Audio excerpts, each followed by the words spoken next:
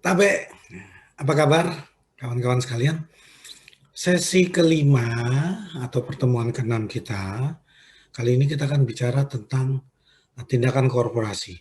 Maksud tindakan korporasi itu lebih ke arah satu, jual beli yang dilakukan oleh korporasi tersebut, artinya jual beli yang biasa dilakukan di level pengusaha, dan apa yang terjadi kalau pengusaha di dalam operasionalnya kena pilot, bangkrut, dan sebagainya. Nah, oleh karena itu, kita akan mulai saja dengan izinkan saya untuk share screen dulu. Udah kelihatan ya? Oke, bentar, kita slideshow. Ini adalah agenda yang akan kita bicarakan hari ini. Apa saja itu? Ya, seperti tadi saya bilang ya, kita akan ngomong tentang jual beli yang dilakukan oleh perusahaan. Kita akan ngomong tentang apa itu pilot, bangkrut, PKPU, apa itu likuidasi, dan kejahatan korporasi. Mungkin kejahatan korporasi agak belakangan ya, tapi kita akan coba. Oke? Nah, jual beli yang dilakukan oleh perusahaan ini beda dengan Undang-Undang Perlindungan Konsumen. Apa bedanya? Kalau Undang-Undang Perlindungan Konsumen itu dari produsen, terus pembelinya ini adalah pengguna akhir atau konsumen. Artinya apa? Tidak digunakan untuk dijual kembali. Tidak digunakan untuk bahan baku produksi. Jadi benar-benar antara produsen sama pemakai akhir. Nah, itu adalah hukum perlindungan konsumen. Nah, tapi kalau yang hukum jual beli perusahaan ini maksudnya adalah satu perusahaan menjual kepada perusahaan lain, ini nanti untuk dijual lagi. Apakah diecer atau dijadikan bahan baku, bahan mentah untuk diolah kembali, ataukah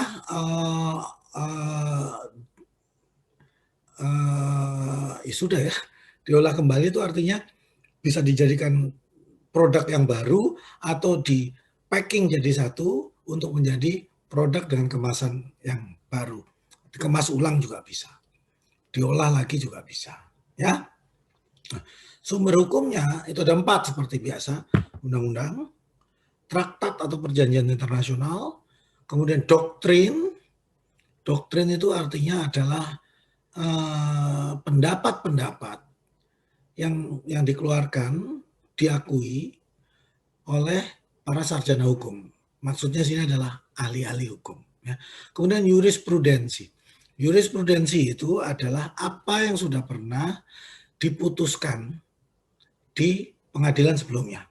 Maka nanti dicari kira-kira yang dekat dengan kasus yang pernah diputuskan itu seperti apa. Nah, itu bisa digunakan sebagai salah satu sumber hukum. Jurisprudensi namanya.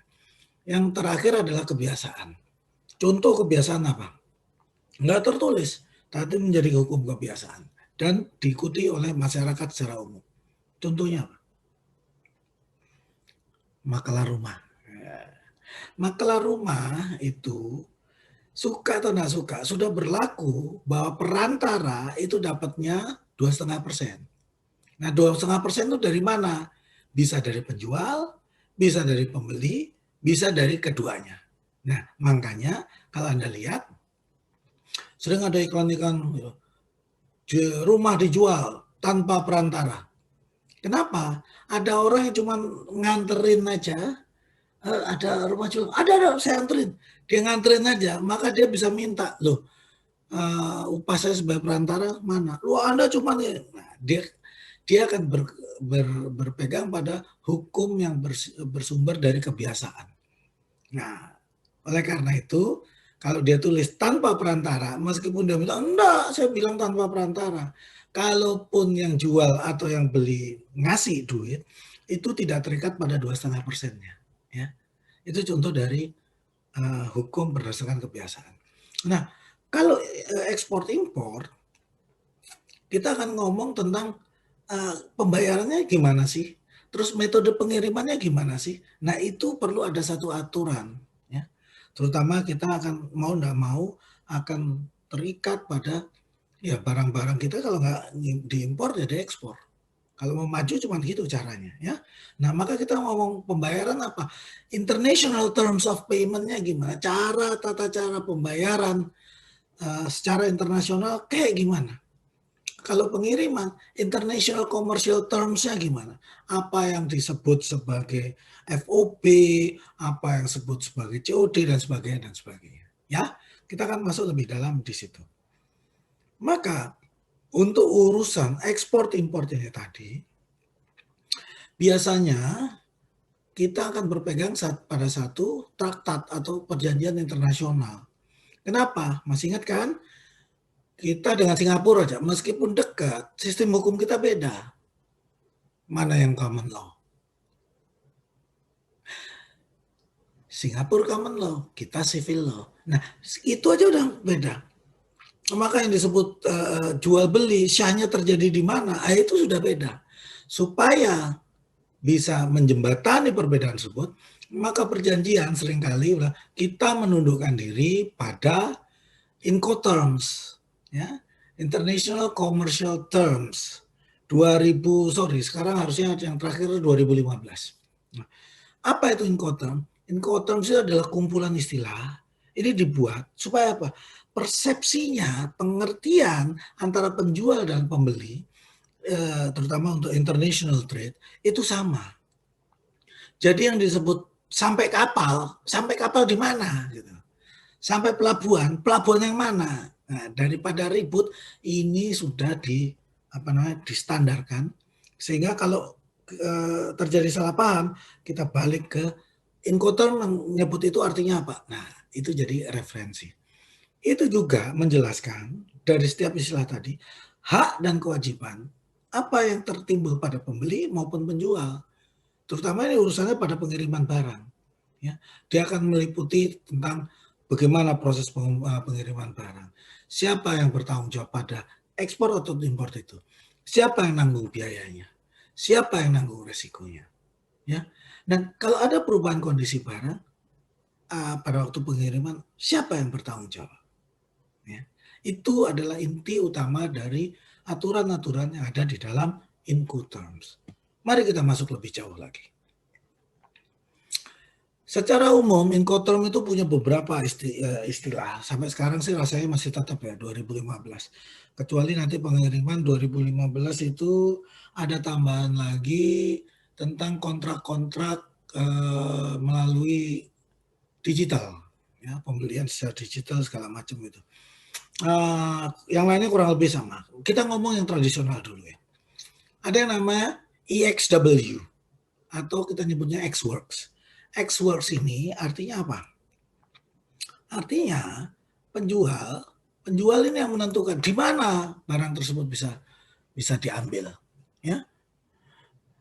FCA, free carrier, penjual cuma tanggung jawab dan ngurus izin ekspornya.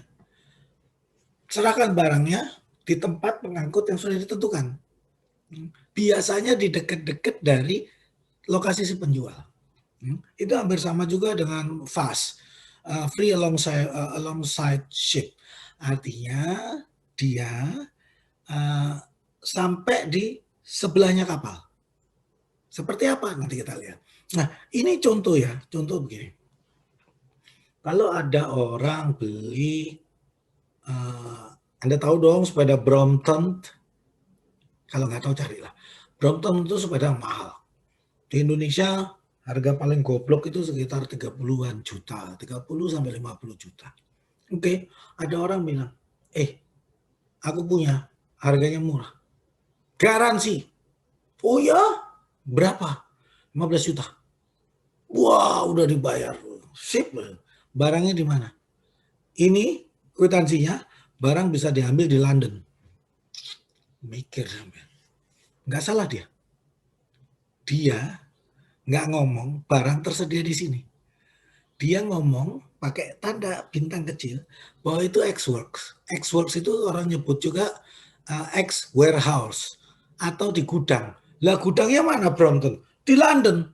Lah terus gimana? Ya kamu ambil sendiri atau nyuruh orang atau pakai kargo atau apa, bawa ke sini asuransinya termasuk ngurus keluar pelabuhan, pajaknya, pabeannya segala macam. Loh, pantes harganya 10-15 juta, bawanya berapa sekarang. Nah itu ya, maka harga, terutama internasional, mesti dia hati-hati. Ini harganya apa ini? Kalau harganya murah banget, jangan-jangan cuma X Works, atau X Workshop, atau X Warehouse. Oh ya udah murah, penjual bilang, ya aku jualnya di mana? Ya di halamanku. Nah itu nama XW. Ya. Ini kita satu-satu. Ya. Free alongside ship. Terus kemudian ada nama free on board. FOB ini paling sering digunakan. Jadi si penjual tanggung jawabnya cuman ngurusin izin ekspor terus sampai di kapal yang siap berangkat. Oke? Jadi sampai masuk ke atas kapal. Nah setelah itu tanggung jawabnya bukan dia lagi. Loh maksudnya apa? Nyari kapalnya siapa? Ya pembeli. Biayanya siapa? Pembeli. Asuransinya pembeli. Kalau ada apa-apa di jalan ya pembeli. Makanya mereka harus asuransi. Terus ngurus di pelabuhan masuknya, pelabuhan importnya, ya pembeli. Pajak-pajaknya pembeli. Dari pelabuhan import nurunin dari kapal pembeli. Keluar dari pelabuhan pembeli. Sampai ke tempatnya pembeli, ya pembeli sendiri. Itu namanya FOB. Ya. CFR. CFR itu adalah nama pelabuhan yang dituju. Ya. Cost and freight, CFR itu cost and freight, ditanggung oleh penjual. Sampai di pelabuhan. Jadi pokoknya gini, saya sama Ricky jualan Brompton lagi. Let's say kita ngomong Brompton. Banyak dong. Ricky ngomong CFR. CFR, oke saya bilang, CFR saya di Tanjung Priok. Fine. Maka Ricky akan mengatur izin ekspor dari Inggris, ekspor ke Indonesia, dia yang ngatur. Oke, nyari kapalnya, asuransi kapalnya, biaya kapalnya, kargo, sampai masuk di Tanjung Priok. Setelah itu apa? Cuman sampai di Tanjung Priok. Ya. Tapi, sorry ya. Oh enggak. Cuman sampai di CFR itu enggak sampai Tanjung Priok. Dia cuman bayarin ongkosnya, naikkan barang di pelabuhan mana yang dekat London. Nah dari London sampai Tanjung Priok itu urusan saya. Jadi dia cuma bertanggung jawab sampai barang tersebut naik di kapal di pelabuhan dia, bukan Tanjung Priok. Ya itu cost and freight dasar antara katakan London sama Tanjung Priok. Oke? Kalau CIF lebih maju lagi. Ya. Setelah naikkan ke kapal London, ya, tujuan Jakarta, dia bayar itu tadi juga ditambah dengan asuransinya. Ya. Kalau yang sebelumnya CFR cost and freight itu baru biaya naikkan sama biaya perjalanannya, asuransinya belum. Kalau CIF termasuk asuransinya.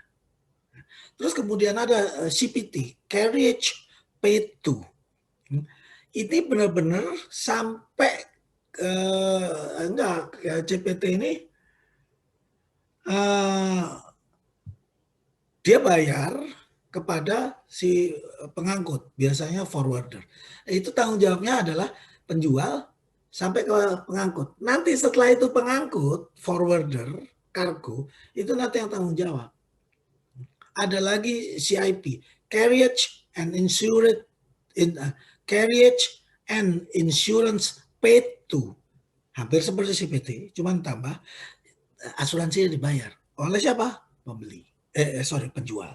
Ya, London dalam hal ini. Ada lagi delivered at frontier, DAF. Dia ngurus izin ekspornya sampai perbatasan. Nah, bea cukai, izin impornya tanggung jawab pembeli. Oke. Ada lagi DES, delivered ex ship. Dia bayar, kirim sampai di pelabuhan yang tadi saya bilang. dari London sampai di Tanjung Priok. Nah, turunnya izin import segala macam itu tanggung jawab dari pembeli. Itu DES. Delivered ex ship Tanjung Priok. Itu contohnya. Oke? Kemudian ada lagi DEC, delivered to Kuwait. Delivered, mari kita lihat bawahnya apa sih? Nggak kelihatan nih. Pilih dulu ya. Delivered X-Way. Ini biasanya sampai di dermaga. Jadi udah turun, ya, udah dibongkar. Masuk ke dermaga. Masuk dermaga, nah itu importnya yang harus diurus sama pembeli. Ya. Masuk dermaga itu ada yang namanya biaya gudang di situ. Nah, biasanya kalau import biaya gudang itu sekitar untuk 3 hari. Lebih dari itu dia harus bayar. Oke? Nah, kalau izin impornya baru diurus, biaya gudangnya naik terus. Kenapa? Izin impor bisa sampai 2 minggu. Nah, setiap harinya dia akan bayar biaya gudang tadi. Oke? Nah, kemudian ada lagi namanya DDU, Delivered Duty Unpaid. Artinya dia sudah masukin ya, biaya-biaya seperti biaya impor, cukai, ya, itu udah dibayar. Tapi izin impornya itu jadi tanggung jawab. Pajaknya dibayar. Biaya impornya dibayar, tapi izin impornya harus pembeli yang ngurus. Itu DDU. Kemudian ada DDP. Delivery Duty Paid. Artinya beres semua. Ya. Sampai tujuan. Ini yang paling mahal. Artinya kadang-kadang kita nyebutnya sebagai apa ya? Door to door. Ngomongnya bukan Tanjung Priok lagi. Ya. Tapi ngomongnya door to door dari London pabrik dia sampai Bekasi rumah saya, depan rumah saya. Nah itu namanya door to door atau kadang-kadang kita sebutnya DDP, delivered duty paid. Oke, contoh-contoh. FCA Jakarta Incoterms itu artinya freight. FCA tadi apa yo? FCA free carrier itu cuma sampai Jakarta. Oke. Itu kalau saya jualan di Indonesia. Pembelinya luar Indonesia. FCA Jakarta. Artinya saya cuma nganterin sampai Tanjung Priok. Ada FOB Liverpool. Freight on board. Artinya itu siap dinaikkan di kapal di Liverpool. Nah dari Liverpool ke Tanjung Priok, wah itu ongkos saya. Ada yang di Diu Frankfurt. Artinya dia diantar cuman sampai pelabuhan Frankfurt. Izin importnya pembeli yang ngatur. Kalau di Diu Frankfurt itu artinya penjualnya ada di mana? Di Jerman atau di luar Jerman? Yo, lihat lagi definisinya. Delivered duty artinya itu yang dibayar di mana? Di Frankfurt. Nah kalau dibayar Frankfurt berarti itu tempatnya siapa? Tempat pembeli. Nah kalau pembelinya di Frankfurt, Jerman, maka penjualnya di luar Jerman. Oke, paham ya itu ya? Oh paham lah, orang pinter-pinter kok. Meskipun agak ngantuk nontonnya ya. Oke. Nah ini secara umum gambarnya kayak begitu. Lihat ya, mari kita lihat pelan-pelan. Sebenarnya ya, saya pindah dulu gambar saya yang ganteng ini. Kita lihat, ini adalah workshop, warehouse. Ini adalah kantor, pabrik, atau tempat di mana mau dianterin. Maka kita lihat paling murah harganya itu di X-Workshop, X-Warehouse. Paling mahal ini adalah DDP, Delivered and Duty Paid. Ya. Apa kelebihannya? Sederhana. Di sini nih harganya paling murah. Di sini harganya paling mahal. Kenapa? Karena ada komponen-komponen ini. Dari gudangnya dia, dari pabriknya dia ke pelabuhan. Habis itu masuk pelabuhan naikin. Habis itu dia bayar ongkosnya ya, dari penjual ke pembeli. Asuransinya. ya, terus sampai di sini bongkarnya, pajak-pajaknya, transportnya sudah keluar sampai ke sini masih ada transport lagi. Maka DDP itu yang paling mahal. Jadi kalau Anda mau beli dari internasional, Anda pilih yang mana? X Works atau DDP? Mana yuk? Milih yang mana? Mikir lah. Oh, nggak mikir, katanya mau jadi pengusaha besar. Bingung? Gini, kalau Anda punya orang, ya, punya pengetahuan, maka lebih baik beli yang X-Work. Kenapa? Murah. Loh, terus gimana? Anda atur ngirimnya dari sana, dari pabrik dia ke pelabuhan, itu pakai carrier-nya siapa, truknya siapa, terus nanti naikin kapal, yang naikin siapa, yang agennya, kapalnya apa, biaya muatnya berapa, asuransinya berapa, sampai di sini bongkarnya segala macam, sampai di antar tempat Anda. Jatuhnya bisa lebih murah kalau Anda punya orang loh. Tapi kalau enggak, Anda di sini DDP ini justru lebih mahal. Loh kok bisa? Sederhana. Apa Anda pikir penjual ini ngerjain semua ke sini? Enggak. Dia akan cari orang-orang.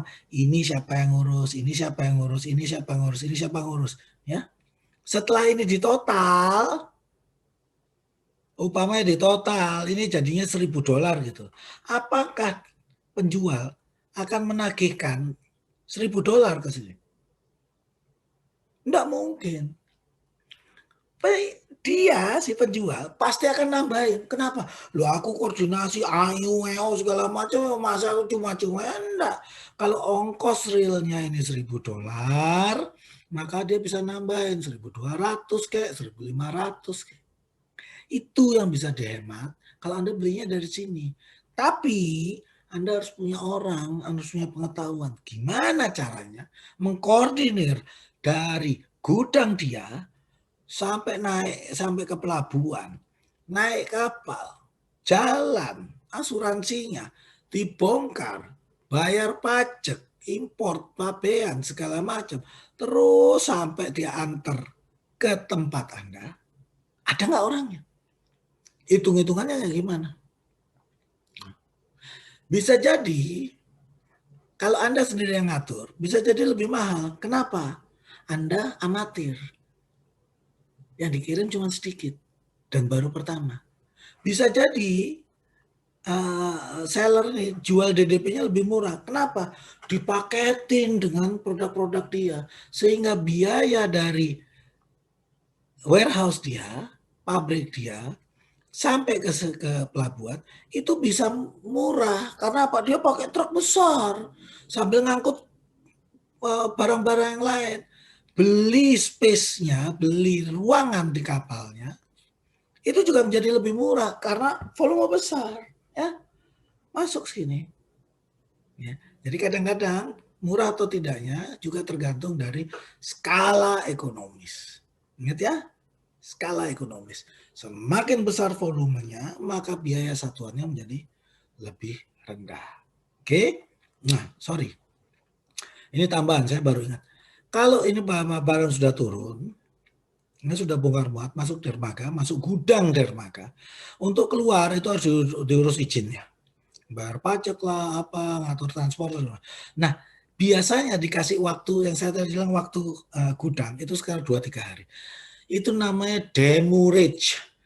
DEMURAGE, demurrage. Biasanya demurrage 2 days, 2 or 3 days.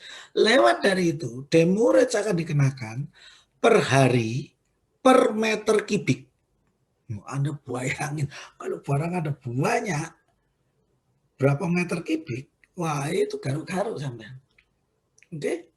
Biasanya kalau kontainer, itu hitungannya cuma 20 feet sama 40 feet. Ya. Oke? Berikutnya. Nah, tentang pembayaran, itu tadi tentang pengiriman ya. Sekarang kita ngomong tentang pembayaran. Pembayaran gimana sih? Secara umum pembayaran itu cuma ada kayak gini nih. Coba Anda lihat ya.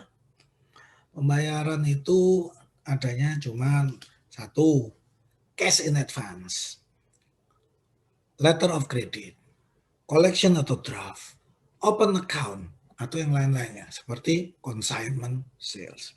Apa itu? Mari kita masuk. Pertama, cash in advance. Cash in advance itu bahasa Indonesia apa sih? Ya, betul. Bayar di muka. Sampai bayar dulu. Ya, kayak saya beli Brompton sama si Ricky. Oke, Rick, I will buy your Brompton. Nah, oh, terus piye iki? Wis gini aja, Rick. I will transfer you the amount of the harga dari produk Anda termasuk pengirimannya sampai di sini. Nanti pajaknya saya. Itu namanya cash in advance. Barang belum dikirim saya bayar duluan. Klotak. Baru dia mikir, gimana Pak kemarin. Ini biasanya terjadi karena apa? Penjualnya posisinya lebih kuat. Yang butuh itu pembeli. Ya. Pembeli bilang, ntar lah, kirim dulu nanti baru tak bayar. Nggak bisa. Lu siapa? Gue nggak kenal lu. Ya. Karena posisi penjual lebih kuat, maka dia bisa bilang, nggak bisa. Lu bayar dulu baru gue kirim. Penjual merasa dia punya reputasi lebih kuat. Daya tawarnya lebih kuat. Pembelinya lemah, jadi terpaksa. Ya. Sorry. Bisa juga cash advance ini pakai kartu kredit. Ada loh kayak begitu. Belinya pakai kartu kredit.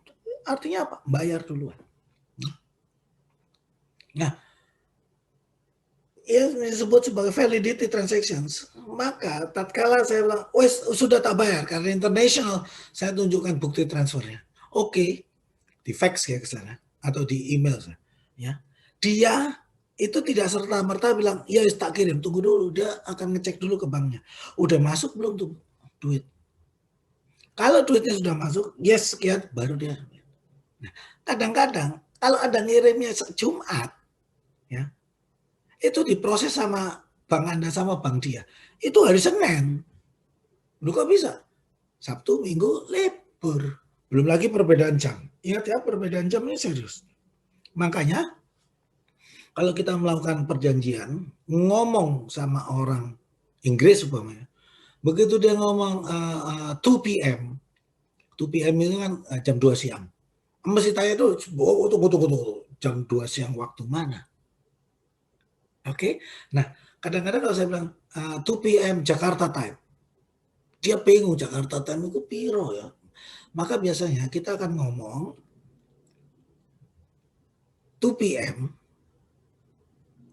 Jakarta time itu adalah GMT plus 7.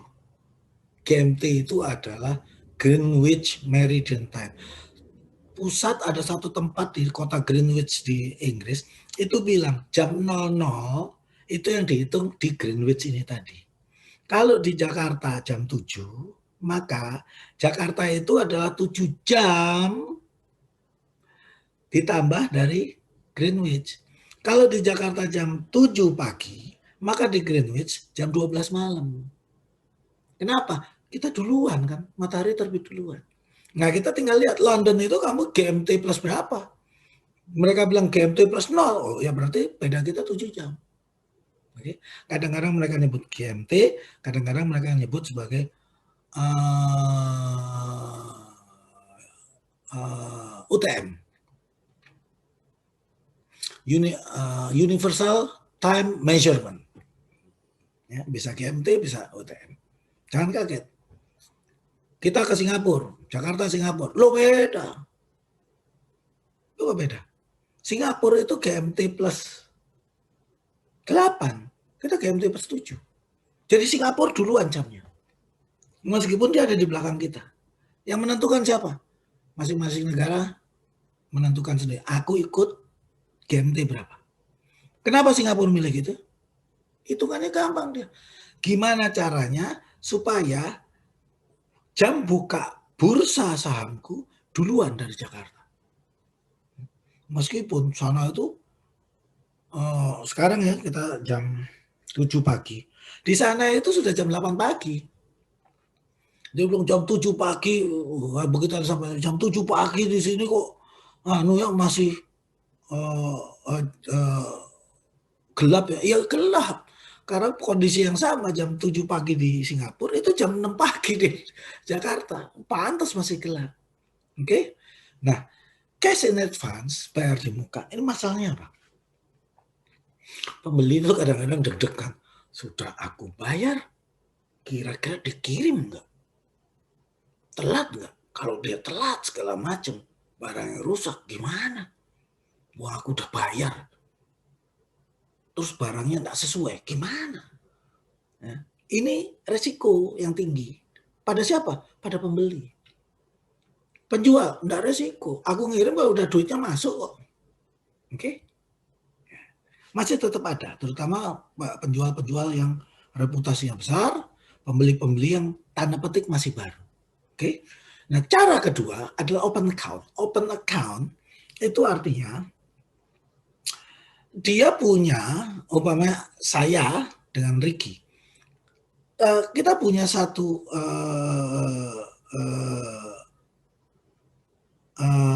kepercayaan. Ricky itu nanti dia kirim dulu, nanti habis itu ditagih. Kenapa? Dia tahu saya punya deposito, punya duit di Bank of England, sehingga dia tinggal bawa ke Bank of England lagi. Setelah ngirim Brompton ke saya, dia kirim ke saya tagihannya nih, totalnya adalah ekuivalen ke 50 juta rupiah. Oke, saya tinggal kirim perintah ke Bank of England. Pak Bank, tolong duit saya yang di sana ditransfer 50 juta rupiahnya. Tahu, hitung aja kalau British Pound Sterlingnya berapa. Kirim ke rekeningnya si Ricky. Itu yang namanya open account. Ini terjadi karena apa? Karena si penjual itu posisinya lebih kuat dari si pembeli. Kebalik. Si pembeli posisinya lebih kuat. Open account itu adalah barang dikirim dulu, baru habis itu ditagih. Resikonya apa? Pembelinya bilang, ini barangnya nggak sesuai, nggak aku bayar lah. Kenapa penjual mau gitu? Karena dia kalah posisi sama pembeli. Pembelinya lebih kuat. Ya, kalau pembelinya pemerintah, ini masih perusahaan ecek-ecek kecil, biasanya ngalah dia. Ingat ya, pilihan dari antara cash advance sama open account biasanya tergantung dari posisi daya tawar antara pembeli dan penjual. Oke? Ya, ingat ya, open account si penjual tadi, si pembeli tadi bisa bilang, tak bayar, aku bayar atau tidak. Kenapa? Dia yang akan memerintahkan kepada banknya sana. Bayar atau enggak tuh orang? Oke? Kalau klaim segala macam, ruwet. Si penjual yang lemah di sini. Oke? Kalau yang cash and advance, si pembeli yang lemah di sini. Ya?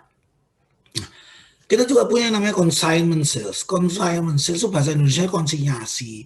Barang titip. Ya, tak taruh dulu barangku. Oke, ini ada 50. Nanti tolong titip jual. Kalau lakunya 40, ya kamu bayar 40. Yang 10 tak bawa pulang lagi. Masalahnya apa? Barang itu selama dititipin, kalau rusak atau segala macam, itu tanggung jawabnya dari yang nitipin, bukan yang dititipin. Contoh-contoh. Konsinyasi yang Anda tahu apa? Itu banyak dekat rumah Anda ada itu. Apa yo? Nah, ada beberapa yang sudah tahu. Orang jualan nasi uduk. Mulai sadar kan? Orang jualan nasi uduk, kadang-kadang situ ada lauknya, ada gorengan, ada kerupuk, ada pay, ada macam-macam. Seringkali itu bukan si penjual nasi uduk yang bikin. Apa? Ada orang titip jual. Bude, saya titip jual peyek ya. Iya. Berapa? Satu peyeknya 1.000. Oke. Sampai mau naruh berapa? Saya naruh 30 ya Bude. Ya. Tak hitung ya, Dek. Ya. Ya 30 tak terima ya. Ya. Terus sore atau siang, Bude laku berapa? 30 laku 10 Dek. Terus dihitung, oh ya ini yang 20 balik. 20 balik itu posisi upamanya patah, hancur, retak itu bukan tanggung jawabnya Bude. Tanggung jawabnya nitip. Bude bayarnya berapa? Cuma 10 yang laku tadi. Berapa? 1000 kali 10, 10.000. Lah Bude tadi bisa jualnya berapa? Bisa jual berapa tadi? 1000 ya? 1000 ya? Bisa jual 1.500, bisa jual 1.200, bisa jual 2.000, suka-suka Bude. Kenapa Bude bisa ngomong gitu? Sederhana. Mau laku nggak laku, Bude lu nggak ngeluarin modal. Ya? Gitu. Nah, kenapa orang mau konsinyasi? Wong dia punya resiko itu. Tepat. Karena si Bude tadi punya lokasi. Lokasi strategis. Kenapa strategis? Lah buktinya banyak orang yang datang belanja di tempat dia. Kalau kita titip, si tukang peyek tadi tidak perlu buka warung sendiri. Sehingga dia sudah bisa jual pada pasar yang masih bisa menerima produk dia. Coba bayangkan, ada nggak orang jual warung yang khusus jual peyek? Bisa jadi murah, tapi yang beli belum tentu ada. Aku mau makan pecel, beli peyeknya jauh banget di sana. Kenapa? Murah loh, ya, tapi yang bener aja. Beli peyek dua itu loh, mesti jalan parkir. Akhirnya apa? Dia akan cari mana? Bude ada peyek, ada ini. Oh, anu ya, berapa Bude? Oh ini peyek bagus loh, wow, harganya 2.000. Oh kok mahal Bude? Iya dapatnya dari sana gitu ya. Saya cuma ngambil dikit. Bude cuma modal awal-awal dapat 1.000. Ya, resiko dia tidak punya. Tapi si penjual dia tidak punya, tidak perlu modal lagi apa untuk buka warung, untuk cari customer. Itu diserahkan pada Bude. Masalah utamanya seringkali adalah pada hitung-hitungan. Diterimanya berapa, kondisinya apa, dijual berapa, ini masalah. Contoh, di beberapa supermarket besar, ya seringkali disebut sebagai hypermarket, yang kasihan itu orang-orang yang apa, supply sayur. Kasih sayur, upamanya 100 ikat bayam. Ya. Setelah 3 hari dia bilang, hypermarket tadi dia bilang, 100 ikat ya, yang laku cuma 10. Loh, cuma 10? Loh terus yang lain mana? Busuk. Lah terus kita buang, busuk kok. Lo harusnya disimpan. Lo kalau yang sisanya saya simpan, maka kamu tak charge apa? Biaya gudang karena nyimpan barang busuknya. Repot kan jadinya. Itu adalah keuntungan dan kerugian, sebagian dari keuntungan kerugian menggunakan sistem konsinyasi. Oke? Mari kita jalan yang sedikit lebih ruwet. Maka untuk menjembatani hal tersebut, kita biasanya kemudian menggunakan mekanisme yang disebut sebagai letter of credit. Ya, itu artinya begini, masing-masing penjual sama pembeli itu menghubungi bank. Nah, bank ini tadi yang memastikan bahwa si pembeli ya ada duitnya dan si penjual itu bonafit akan kirim barangnya. Duit akan transfer tatkala barang sudah sampai. Untuk si penjual, dia tahu aku akan kirim karena nanti pasti dibayar. Ya. Jadi ada siapa? Orang di tengah yang jamin, itu namanya bank. Agak ruwet ya. Kalau ruwet kita lihat dari diagramnya. Ini kayak gini diagramnya. Ini ya. Satu, importer ini pembeli ya. Oke. Eksportir itu penjual. Ya, ingat. Importer pembeli, eksportir penjual. Gini. Satu nego loh. Wow. Sentot sama Ricky. Jual beli Brampton. Wah, Brampton ini. Gaya. Sepeda lipat paling mahal. Oke, jadi ngirimnya gimana? FOB kah? DDP? Door to door? Oke, fine. Jadi ya, oke. Langkah kedua apa? Importer saya beli kan, saya akan hubungin bank. Saya tanya di dalam niku tadi saya tanya, Rick, lu di sana pakai bank lu apa? Gua pakainya apa ya? Citibank. Oh, Citibank ya? Oke. Gua akan cari bank gua sih. Nah, saya akan cari ke sini. Bank di Indonesia yang punya kerjasama dengan Citibank di Inggris itu bank apa aja? BCA ada, Mandiri ada. Yang lebih enak apa? Di Indonesia ada Citibank, ya Citibank aja, Citibank. Kenapa? Mereka pasti punya kerjasama.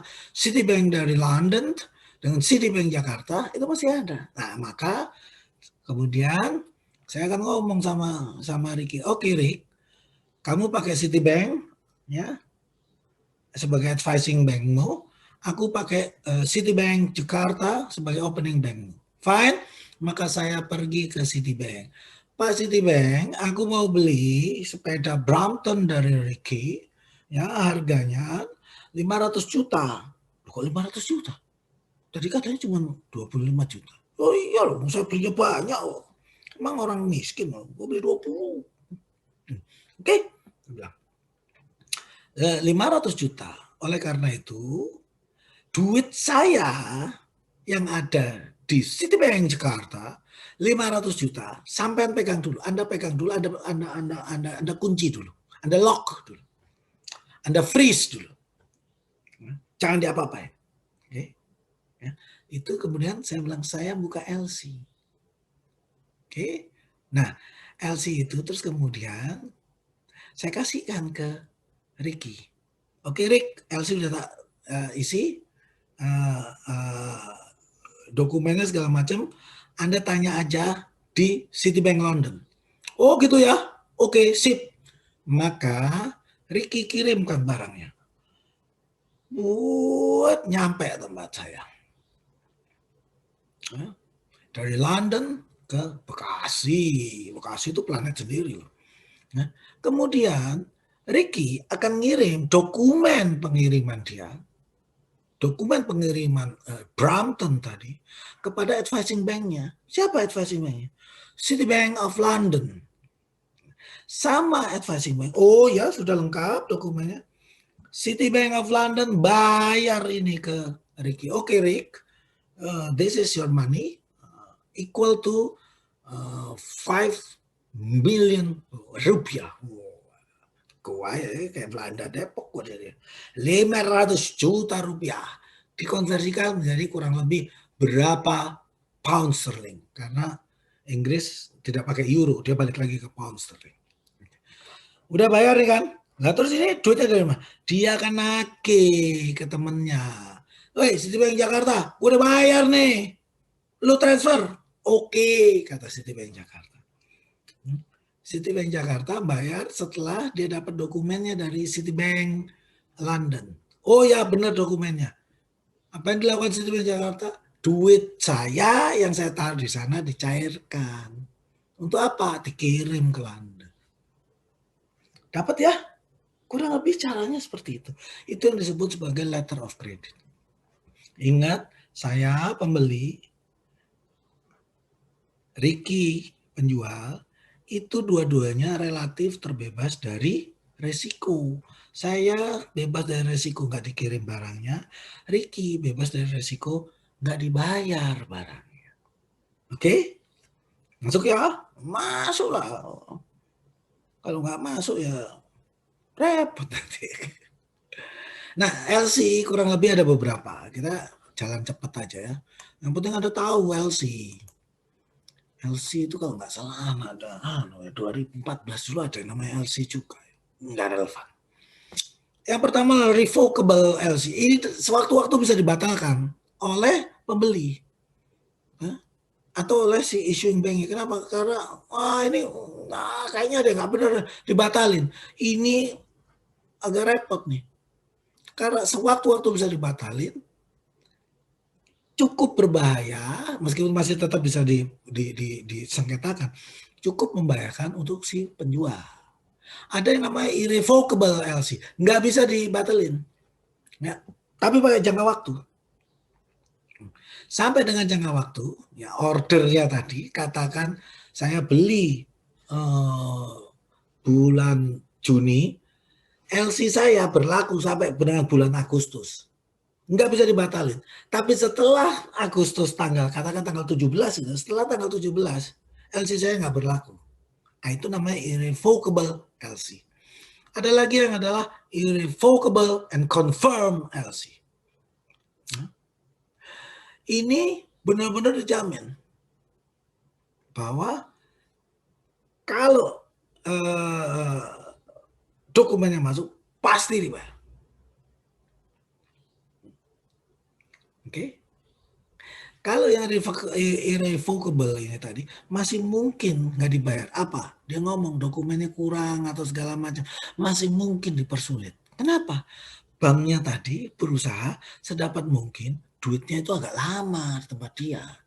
Loh, kenapa? Bisa diputar dulu, dipinjam-pinjam di tempat lain. Ya. Kalau yang irrevocable and confirm letter of credit itu paling sempurna. Ya. Kemudian ada lagi dokumen letter of credit with red clause. Artinya kalau saya ngomong 500 juta, ya, itu dia ngomong gini, dari 500 juta, dia mau narik dulu 100 juta, dia dikasih 100 juta. Tapi kalau dia mau sampai 500 juta, dokumennya harus lengkap. Artinya yang 100 juta, dokumennya masih kececer, masih nggak apa-apa. Tapi begitu 500 juta, harus lengkap dokumennya. Ya, itu LC with red clause. Ada lagi revolving LC. Artinya dia tinggal ngomong nih, untuk 6 bulan totalnya 150.000 US dollars. Nah, dia pakainya berapa itu terus, pokoknya dalam 6 bulan per bulannya 150.000. Itu dia bisa pakai terus menerus. Sudah bayar, nanti tambah lagi, bayar, tambah lagi, bayar, tambah lagi. Ya. Bisa juga itu back to back LC. Back to back LC itu gimana? Kalau ada makelar. Kita lihat lagi balik nih. Ini adalah langsung dua pihak, nggak ada makelar. Tapi kalau ada makelar, maka dari sini ke makelar pakai LC, dari makelar ke eksportir pakai LC. Nah, LC yang dari makelar tadi itu namanya back to back LC. Ya, biasanya ada yang namanya letter of credit LC at site. Langsung dibayar kalau dokumennya lengkap. Udah nggak nanya apa, oh dokumennya lengkap ini. Apakah dokumen tadi benar atau enggak? Yang penting lengkap katanya, bayar. Ada lagi yang disebut letter of credit usage LC. Ada jangka waktunya. Ya. Kalau sudah dapat, diterima, umpamanya saya nulis usage LC-nya tanggal 31 Agustus. Barang itu sudah siap lengkap tanggal 20 Agustus. Oke, diterima. Bayarnya adalah tanggal 31 Agustus. Itu namanya use and sales. Berikutnya adalah transferable letter of credit. Artinya ini LC tadi, tagihan ini tadi bisa dialihkan ke orang lain. Bisa juga dijual kepada orang lain. Dijual itu gimana? Lebih mahal? Enggak, dijualnya lebih murah. Kenapa? Dia butuh duit cepat. Ya.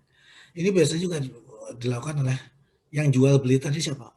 Makelar tadi, perantara tadi, intermediaries. Oke? Nah, itu kalau internasional. Kalau yang nasional gimana? Kita pakai namanya SKBDN, surat kredit berdokumen dalam negeri. Artinya apa sih? Ini adalah LC lokal. Kurang lebihnya sama, ya. Anda lihat ya, kurang lebihnya sama. Cuman kaitannya, lingkupnya di Republik Indonesia. Mata uangnya rupiah. Oke, hukum yang dipakai hukum Republik Indonesia. Ya, SKBDN itu adalah LC lokal. Ini penjelasannya gimana? Ya lihat aja nanti ada. Ikutin aja penjelasan dari yang slide sebelumnya. Intinya sama.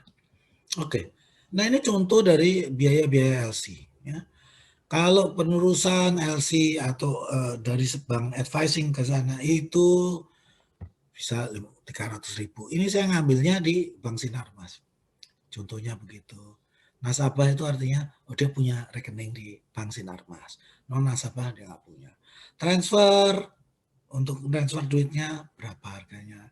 Untuk narik LC-nya, ya narik itu artinya dari sisi penjual untuk narik duitnya dari pembeli, itu berapa.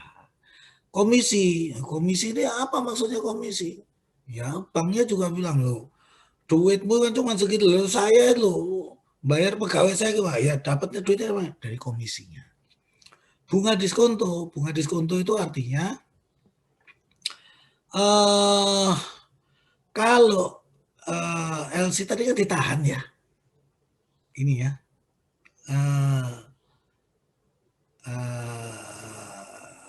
apa namanya, duitnya, nah itu bunganya berapa persen ya per tahunnya itu. PA itu per annum. Jadi meskipun duitnya ditahan di situ, tetap menghasilkan bunga. Oke? Nah bunganya berapa? Nah itu segitu bunganya. Biaya pengiriman ini dokumen-dokumen. Kalau Bank Sinarmas pakainya DHL. Harganya berapa? Ada di situ. Itu contoh-contoh biaya untuk LC internasional atau SKBDN yang wilayah Republik Indonesia. Oke? Kelar kita tuh urusan perdagangan internasional. Sekarang kita ngomong tentang tindakan yang ada di perusahaan. Paling sering sebut apa? Pilot. Pilot itu apa? Jadi kalau ada debitur, orang yang ngutangin, dua aja, terus kemudian jatuh tempo, nggak dibayar, itu dia bisa minta pilot. Majukan ke panitera pengadilan negeri yang terdekat, yang lokasi hukumnya, domisili hukumnya, maka setelah diajukan 20 hari itu sudah harus ada sidangnya. Dinyatakan pilot, diterima atau enggak. Oke, udah mulai sidangnya. Mulai sidang. Kemudian diputuskan di pernyataannya pilot atau tidaknya oleh hakim pengadilan negeri. Hakim pengadilan negeri ini akan memutuskan apakah dijual seluruh asetnya terus gunakan untuk bayar dan sebagainya, ya, atau bagaimana. Nah, selama proses pilot ini tadi, maka perusahaan tadi otomatis dikelola oleh namanya kurator. Dia nanti akan menjaga. Apa maksudnya kurator? Dia memastikan sebelum proses pilot selesai, aset perusahaan tadi tidak berpindah-pindah dulu.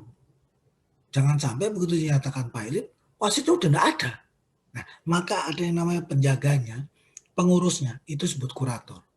Yang nunjuk pengadilan. Itu pilot ya. Nah, ada lagi namanya bangkrut. Bangkrut itu adalah secara ekonomi udah nggak kuat lagi. Biaya operasionalnya kegedean. Nah bedanya sama pilot. Pilot itu belum tentu kondisi keuangannya jelek. Ya.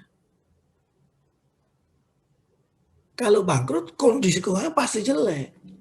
Pilot belum tentu likuidasi. Tapi kalau bangkrut langsung likuidasi. Nanti kita ngomong likuidasi. Contoh pilot. Telkomsel. Senang saya. Telkomsel itu ada satu pekerjaan ribut, nggak dibayar kontraktornya, ya. Nggak dibayar, terus kontraktornya mengajukan pilot, diterima dan dinyatakan pilot. Keputusan sebenarnya dinyatakan pilot. Tahu nggak? Kenapa sih?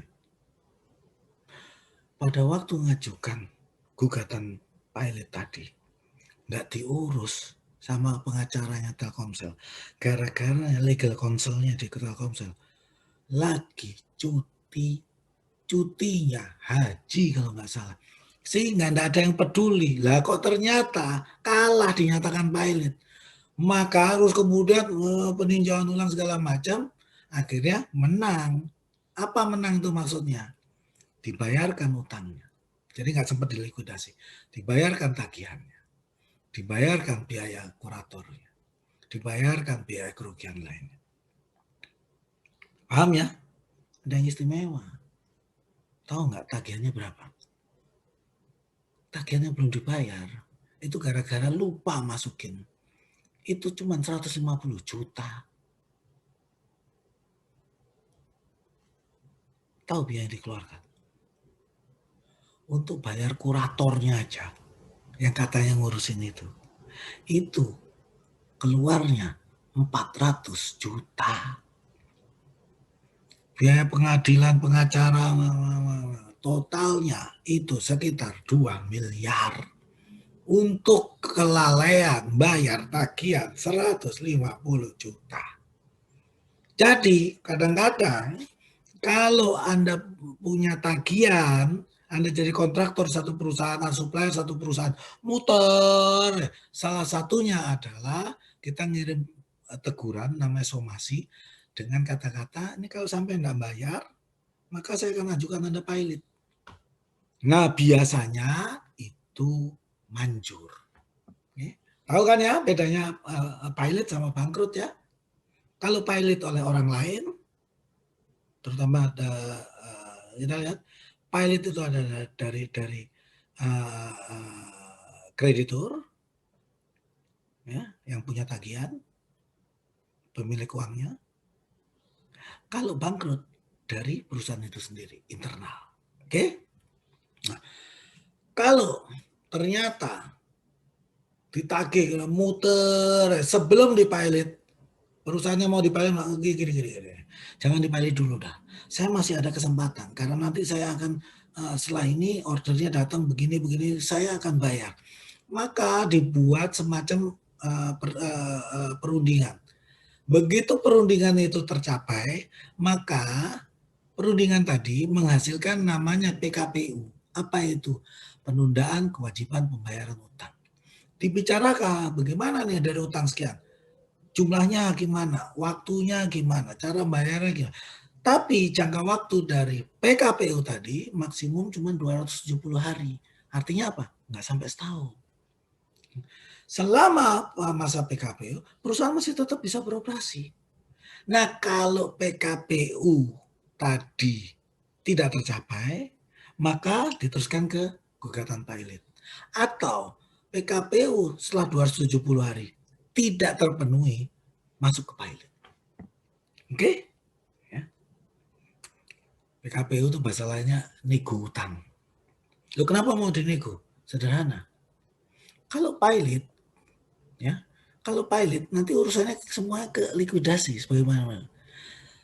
Apa? Kurator dia akan ngumpulin semua daftar asetnya, dia akan ngumpulin semua daftar utangnya, terus kemudian daftar aset dijual. Udah dapat berapa, maka dibayarkan pada kewajibannya. Siapa kewajibannya? Satu, bayar utang pajak atau kewajiban lain pada pemerintah. Nomor dua, kewajiban karyawan. Apa? PHK-nya. Atau pokoknya yang kewajiban perusahaan terhadap karyawan. Nanti kita ngomong masalah PHK di sesi-sesi berikutnya. Terus kemudian apa lagi? Creditor preference. Creditor preference itu adalah orang-orang yang memberi hutang kepada perusahaan pilot tadi, tapi ada perjanjian. Kalau saya pilot, maka yang dibayar duluan adalah kreditur ini. Nah, kreditur ini tadi disebut preference. Di luar itu disebut kreditur biasa. Kalau masih ada sisanya, baru dibagi kepada pemegang saham. Sebesar apa? Sebesar persentase. Itu ya. Tahu nggak ada masalahnya? Seringkali asetnya sama kewajibannya itu gedean kewajibannya.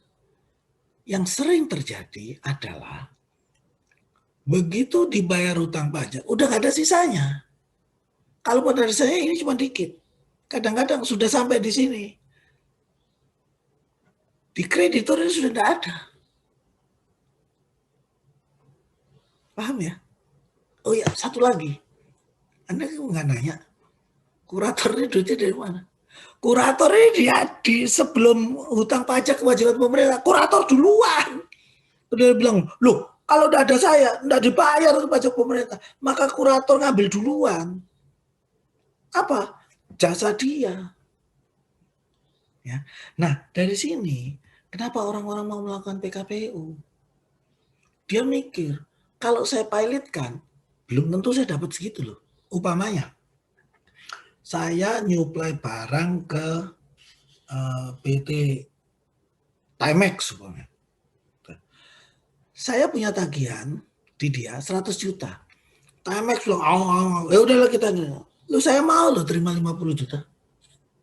Dibayar 3 kali. Kenapa? Kalau saya hitung, kalau dilikuidasi, kelihatannya bisa nggak dapat apa-apa saya. Kenapa? Posisi saya ada di sini, kreditur biasa. Pajaknya dia masih banyak, karyawannya nanti PHK banyak, belum kreditor preference. Bisa jadi saya nol. Kenapa? Di sini udah habis. Makanya orang seringkali milihnya di PKPU-nya. Oke? Sampai situ oke ya? Kurang lebih seperti itu. Nah, adapun kalau nanti Anda melihat, masih ingat tadi depannya ada yang namanya kejahatan korporasi. Kita ngomong menjadi tugas Anda. Kejahatan korporasi itu cuma ada 2. 1, kejahatan terhadap lingkungan hidup. Kalau dia melakukan pencemaran, ya, maka yang dihukum itu adalah korporasinya. Kenapa? Dia membiarkan terjadinya pencemaran, kerusakan lingkungan pokoknya. Korporasi yang dihukum. Ya. Apakah itu kebakaran hutan, ataukah sumber air tercemar, sungai rusak, tumpahan minyak, korporasinya. Nah itu disebut kejahatan korporasi. Yang kedua ini baru dari Undang-Undang Tipikor, tindak pidana korupsi. Korporasi bisa dijadikan kejahatan korporasi kalau mereka secara sistemik tidak melarang, tidak melakukan pencegahan, dan membiarkan karyawannya, pengurusnya untuk melakukan tindakan-tindakan korupsi. Apa? Nyuap, gratifikasi, menjanjikan sesuatu pada pejabat atau pihak untuk memenangkan tender tersebut. Ya. Maka itu adalah kejahatan korporasi yang kedua. Ya, kalau Anda tidak mengikuti video ini sampai akhir, cuman ngeliat ke materi, nggak tahu kejahatan korporasi itu apa. Ya, ini sengaja ini. Memang saya suka bikin perkara, ya, supaya ditonton. Oke? Terima kasih sudah nongkrong di warung Cak Sentot sampai hari ini. Moga-moga Anda paham. Kalau nggak paham, masuk forum diskusi. Oke? Mohon maaf lahir batin. Wallahul muwaffiq ila aqwamit thoriq. Assalamualaikum warahmatullahi wabarakatuh.